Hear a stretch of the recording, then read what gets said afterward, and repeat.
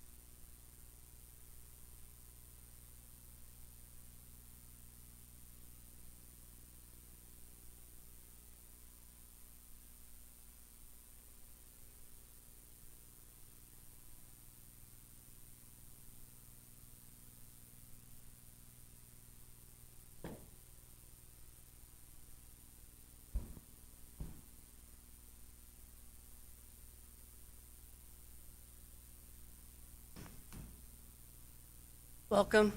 I'd like to call the Occupancy Tax Board meeting on February 16th to order at 2:32. Can I have a roll call? Yes. Carrie Moore, Present. Joe DeSantis, Roxanne Slayton, Bonnie Bitzer, Justin Jones,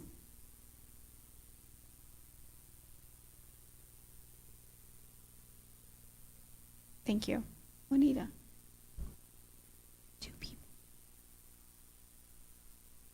Committee Chair, we do not have a quorum. So at this time, I must adjourn the meeting. Thank you for those who showed up.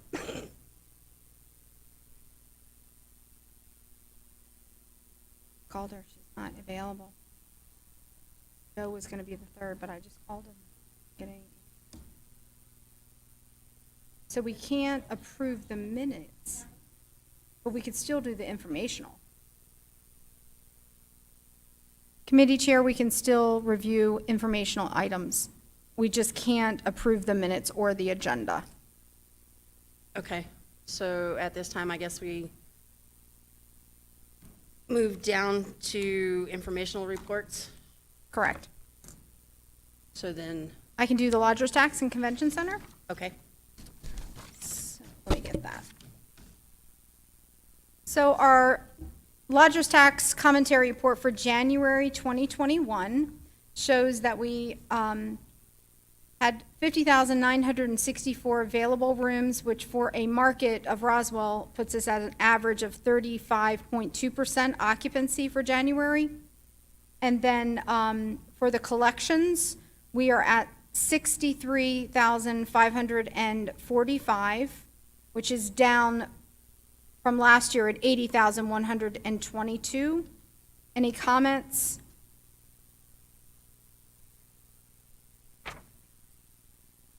That was January's? Correct. And January for Convention Center fee collection report, again with the same rooms and occupancy, we were at, for revenue, we were at $40,087, down from last year, down from last year at $49,725. And that's for the $2.50 bed fee. And that concludes our reports. Okay. Then we have the New Mexico Hospitality Association Lodgers Tax Best Practices Handbook, which is this big old long packet. Did you have a chance to go through it? I've gone through about half of it. I went through some earlier before I came here today, but I have not finished it yet. Okay. So the things that I know when allocating and dealing with lodgers tax,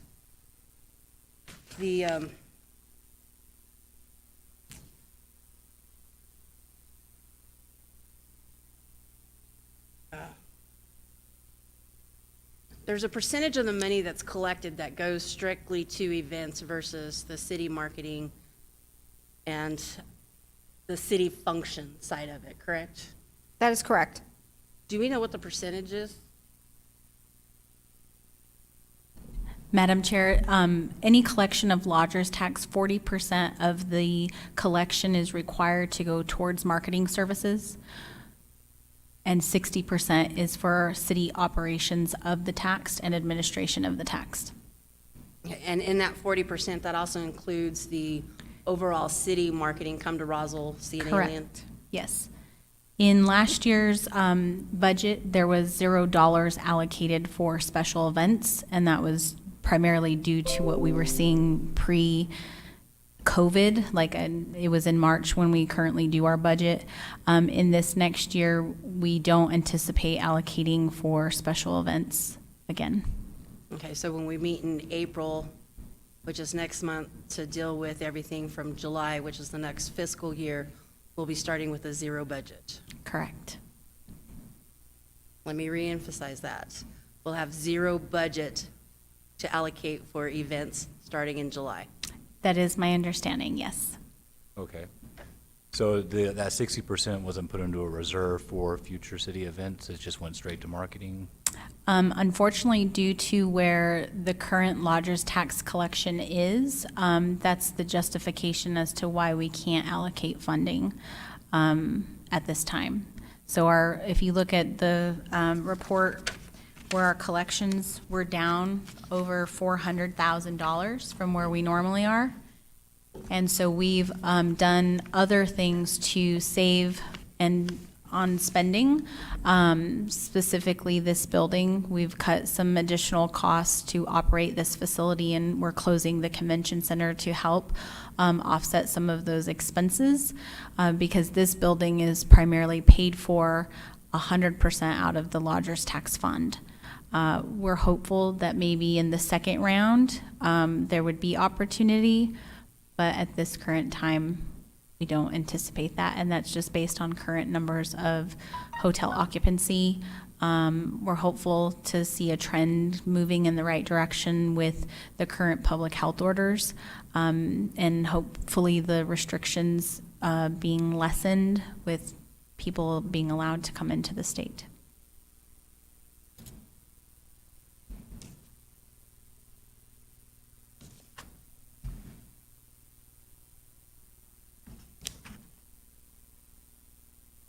And then combination between pages 20 and 21.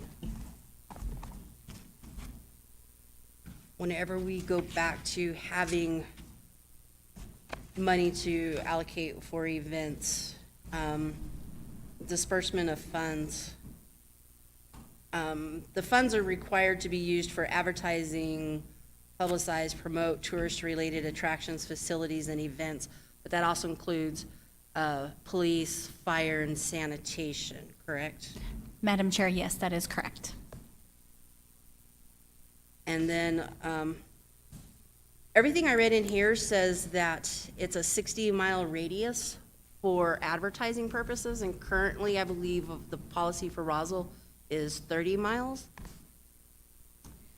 Madam Chair, that is correct. We, at one point, did present the revision to the committee and to the council, actually just to the committee. It never left committee. It was tabled.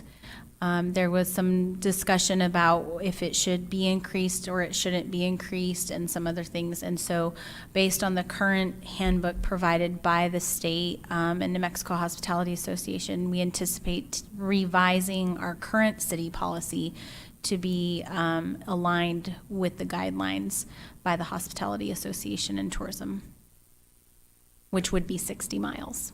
So that would be Ruidoso, Carlsbad, Clovis, Portales Yes, I believe is the closest. so. Yes. Mhm.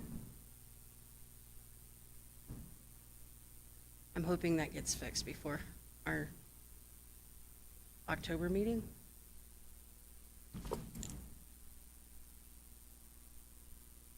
Yep.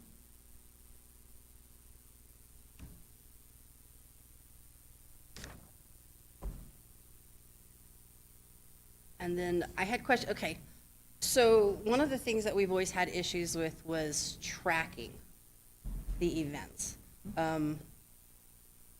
And again, the promotion piece to it. So since we're dealing with promotion, I'll go back to the promotion part of it. It says for, to generate tourists to come to Roswell. So if we have an event where the only ones that are coming to Roswell, say it's a musical event and it's the musicians, but the advertising is not directed towards the musicians, the advertising is directed towards the attendees, but all the attendees are in Roswell and we don't have any out-of-town attendees, does that truly fall under lodger's tax at that point? No, it does not. Nice.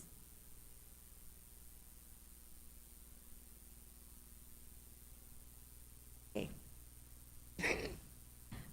Sorry, I'm a little all over the place. This is a lot of information. And a lot of it's a little contradicting information from some of the stuff that we've been doing for a few years. Madam Chair, may I speak? Yes. Madam Chair and members of the committee, the reason for the lodger's tax policy revision was in order to be compliant with the current state statute, and we revised that in 2017.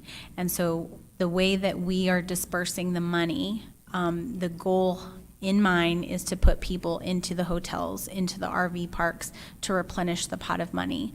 The city at the time, I believe the policy was very vague in what was being done and what wasn't being done. And I think in your example, if the people, I would say if the musicians, and there was a mass quantity of them, provided enough people to come here and stay in hotels, participants, attendees, then potentially it would qualify. But if it's locals putting on an event for the community, that doesn't qualify as a lodger's tax event. We have to justify the goals and the metrics of people actually staying in the hotels. Since, and I would say pre-COVID, we started what is it? We became members of the STAR report so we could justify and align if the numbers in our reporting of what was being reported were truly allocated to a special event. Because of COVID, we haven't really had very many, so we didn't have enough. But I think in the annual report that we just provided to the citizens of Roswell, we did a breakdown of the events that were being held in 2019, and we put together how many overnight stays those events were generating. And so you will see the city has some opportunity in the future to create overnight events that will support the lodger's tax policy.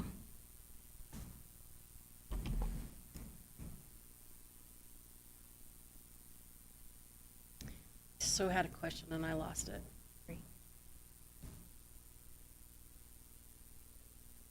Oh, is the city or the event planners, is anybody reporting how many, let's use the musicians, if they're bringing them in from out of town, how many of those rooms for those musicians were free rooms versus how many were paid?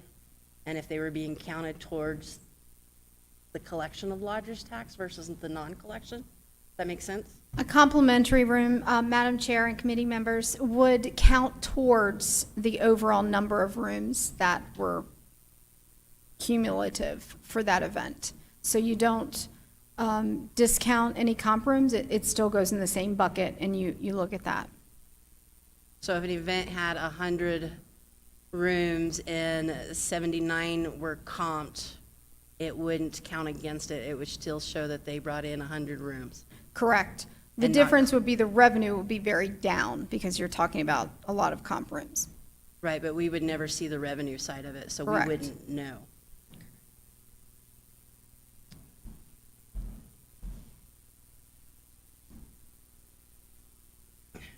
Okay. And then on 23, it says establish methods for tracking attendance, lodging, and other data. I know in the past with some events, there's been issues trying to get correct data or any data on out-of-town attendees. Is there any changes to their forms or anything that has to be submitted? Madam Chair and committee members, and one of the committee members here may be able to jump in on this one. The tracking moving forward with events that we'll be planning, we can talk a little bit about the in-depth and in pages to come, would be through group sales and codes so that you can track it properly and measure it later as what the impact was with an event that's happening or any kind of concerts or anything else. That way you can truly see what our ROI would be. So I missed the first part of that. I do apologize. You were asking questions about how the tracking for the rooms are within those events? Yes. Just within the reporting data from the hotels, which they submit to the city via the lodger's tax. If they needed a specific date breakdown, then that would be a communication that the city would have to have with each hotelier. Is that data getting to the event holders? So when they submit their reports? Yes, it would be. So one of the measures that we're taking moving forward is any events that we're having that are managed, they will give us a report on the hotel stays. They'll be tracking it through multiple hotels that they'll be using through codes or through some type of reporting. So we'll be able to look at that after the event's closed. Okay, so that'll become more accurate than what we've had in the past. Most definitely. That's nice. Did you have anything in the packet you would like to discuss? No, not at this moment. I'm just getting myself familiar with this, my first meeting, so understanding the process of how we do everything.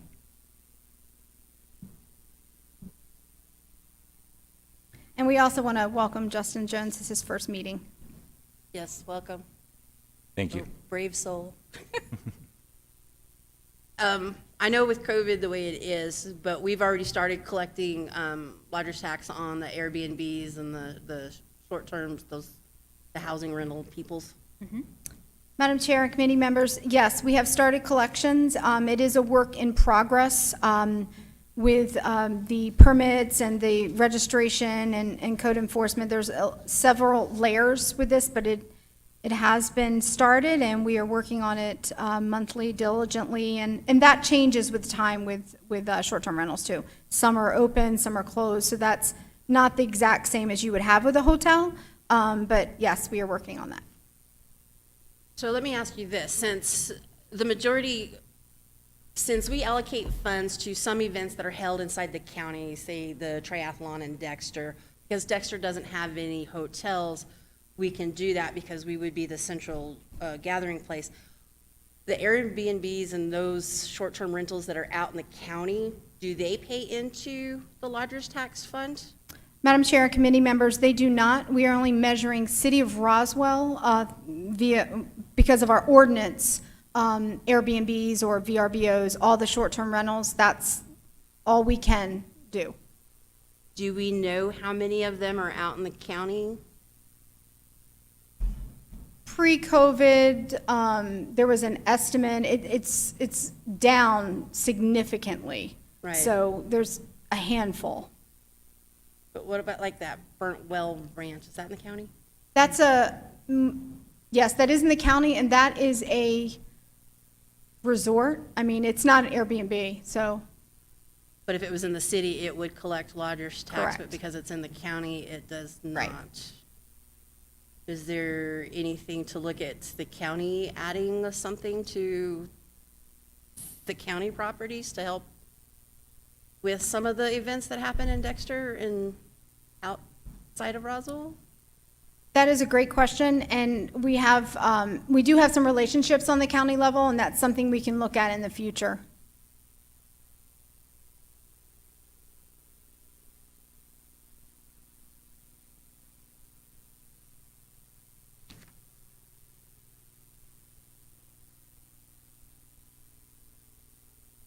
One of the things I didn't see in here was, I know Roswell allowed for T-shirts to be counted as marketing. Has that changed? I mean, is there anything, I didn't see anything in here. Does that still? That has not changed.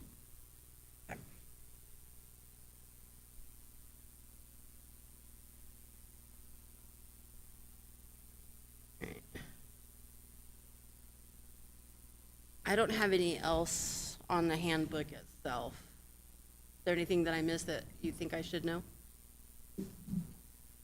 Okay, so then the next part starts page 49, which is the in-depth event management services. This is something the city of Roswell is putting together, correct? Yes. Madam Chair and committee members, I can speak to the in-depth events. This is a event company that we went out to bid RFP for the city, and they won the ability to do the event management services, and for 2021, they are working on the timeline and deliverables as stated in the pages by month, and they are also going to be visiting the end of this month, and we will be having some meetings with them. We do have an open meeting for stakeholders for UFO Festival, which will be on this Friday at the Recreation Center. It is an open meeting, and it is from 12 noon till 2 p.m. if anybody would like to join in person, or we will have a GoToMeeting set up online. And Juanita and I have been meeting with them weekly to go over the deliverables. We did get a later start. The agreement was signed January 11th, and, you know, things have changed a little bit since then, too. So it is becoming more open, and the abilities to do more outdoor things are looking bright. Any questions? So In-Depth Events is the management company's name? That is correct. That was so confusing.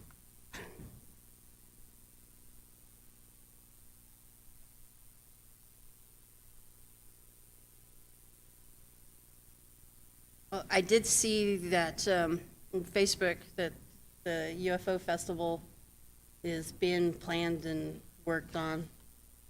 So yay. And everybody that I saw on it seemed to be excited to get some tourism back, including the Little Green Men, so.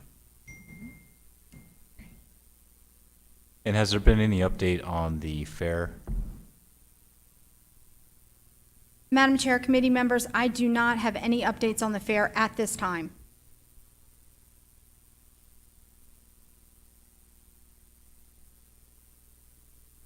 Is the state fairgrounds county property, state property, city property? Whose property? City. I believe it's city, but I don't know for sure. My understanding, it's city.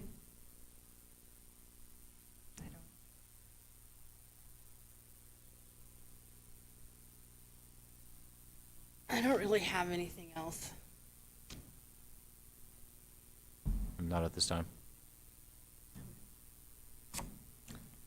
So at this time, I'd like to go ahead and adjourn this meeting at 2:55. Our next meeting will be April, I don't have an updated agenda. April 20th, 2021, at 2:30. Location will be to be determined. Thank you. Thank you. Thank you.